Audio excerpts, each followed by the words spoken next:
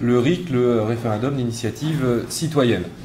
Le mouvement des Gilets jaunes, qui dure maintenant depuis plus d'un mois, a débuté sur une revendication de suppression d'une taxe complémentaire sur le diesel. Il s'est enrichi de revendications sociales pour lutter contre la vie chère et aujourd'hui, il aborde les questions démocratiques avec la demande massive et importante d'un référendum d'initiative citoyenne qui est devenu central dans ce mouvement. On est passé d'une revendication sociale à une revendication démocratique, tout simplement parce que quand le peuple se rassemble, que ce soit dans des assemblées générales, sur des ronds-points ou ailleurs, la délibération collective fait émerger des problèmes qui n'existaient pas ou qui n'étaient pas visibles. Et quand on se pose la question de comment partager les richesses, on se pose la question de comment partager les richesses quand le pouvoir est aux mains d'une caste, une caste fermée qui défend ses intérêts, des intérêts particuliers au détriment de l'intérêt général. Que ce soit par la place qui est faite au lobby, au pantouflage des hauts fonctionnaires, aux médias qui trafiquent et manipulent les slogans des manifestants, comme l'a encore fait France Télévisions il y a peu. Quand on a une Assemblée nationale dont 70% des membres s'opposent à un mouvement populaire soutenu par plus de 80% de la population, comment, face à une telle caste au pouvoir, partager les richesses, si ce n'est justement pour le peuple et par le peuple en reprenant le pouvoir? Quand nous avons le président du groupe majoritaire à l'Assemblée nationale qui explique que le gouvernement est trop intelligent et trop subtil pour le peuple, ce qui revient à dire que le peuple est trop bête pour ses gouvernants, quand nous avons le président de la République en marche qui explique que le référendum d'initiative citoyenne, ça serait le retour à la peine de mort, c'est tout simplement parce que pour ces gens-là, pour cette caste, le peuple fait peur. Le peuple fait peur parce que c'est le peuple qui a fait apporter les plus grandes avancées sociales et démocratiques dans ce pays. C'est la mobilisation du peuple en 1789 qui a mis à bas la monarchie absolue. C'est la mobilisation du peuple qui a conduit à la mise en place des droits de l'homme et du citoyen. C'est la mobilisation du peuple qui a permis le suffrage universel.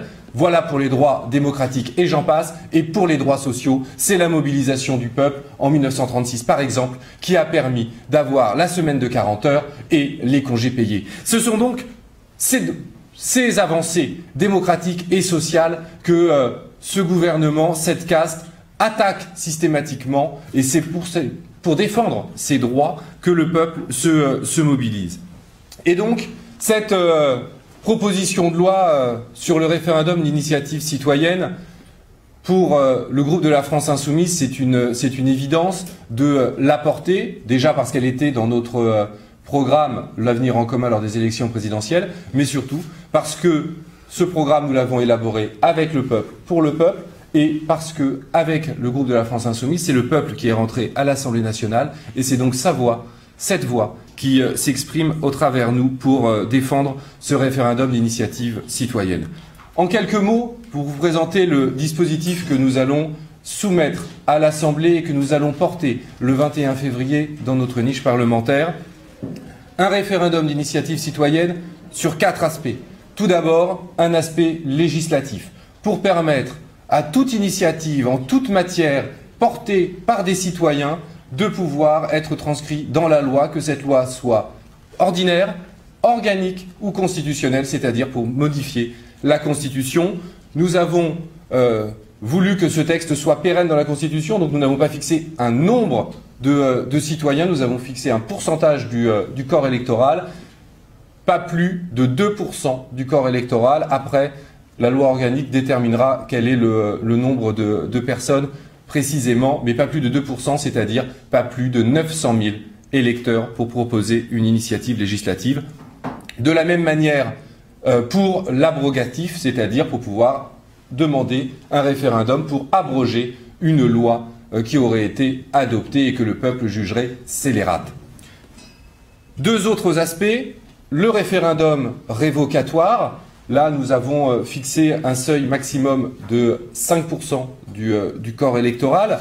Le référendum révocatoire fait très peur tant au président qu'aux élus, mais pourtant c'est la manière démocratique, apaisée de résoudre les conflits. Le peuple n'a pas besoin de manifester au cri de Macron démission, il suffit d'organiser un référendum révocatoire après au-delà d'un tiers du début du mandat pour obtenir un référendum qui permettrait de se débarrasser d'un président qui n'aurait pas respecté ses engagements ou qui mènerait une politique que le peuple jugerait contraire à ses intérêts. Cela n'est pas une mesure si révolutionnaire que cela. Cela existe dans de nombreux pays, y compris, nous aimons bien à le rappeler, dans de nombreux États américains qui le mettent en œuvre assez régulièrement, et pour autant le cadre institutionnel n'est pas remis en question, l'instabilité gouvernementale n'est pas plus importante là-bas qu'ici, bien au contraire, sur certains points.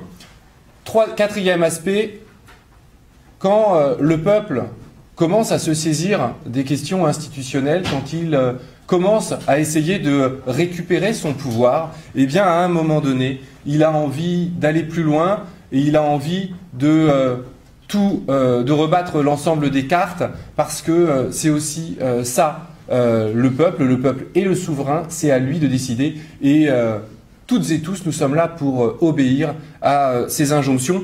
Et donc un quatrième aspect, la possibilité pour le peuple de demander la convocation d'une assemblée constituante pour rebattre les cartes, redéterminer les règles du jeu, se refonder lui-même en un peuple politique, ce qui est la base du peuple français, et ce peuple politique de déterminer quelles seront les règles dans lesquelles il exercera son pouvoir et sa souveraineté. Donc voilà les grands axes de cette proposition de loi. Cette proposition de loi n'est actuellement pas finalisée, parce que nous allons la publier sur les différents réseaux. Nous allons proposer à l'ensemble des citoyennes, des citoyens, des gilets jaunes et toute personne intéressée de contribuer par amendement à l'amélioration de ce texte, tant son exposé des motifs que des dispositions législatives en tant que telles. Et c'est ce texte amendé que nous porterons à l'Assemblée nationale. Nous donc invitons tout le monde à contribuer par voie d'amendement, mais également à organiser des ateliers des lois, des réunions locales pour se saisir de ce texte, en discuter, parce que on est toujours plus intelligent collectivement qu'individuellement.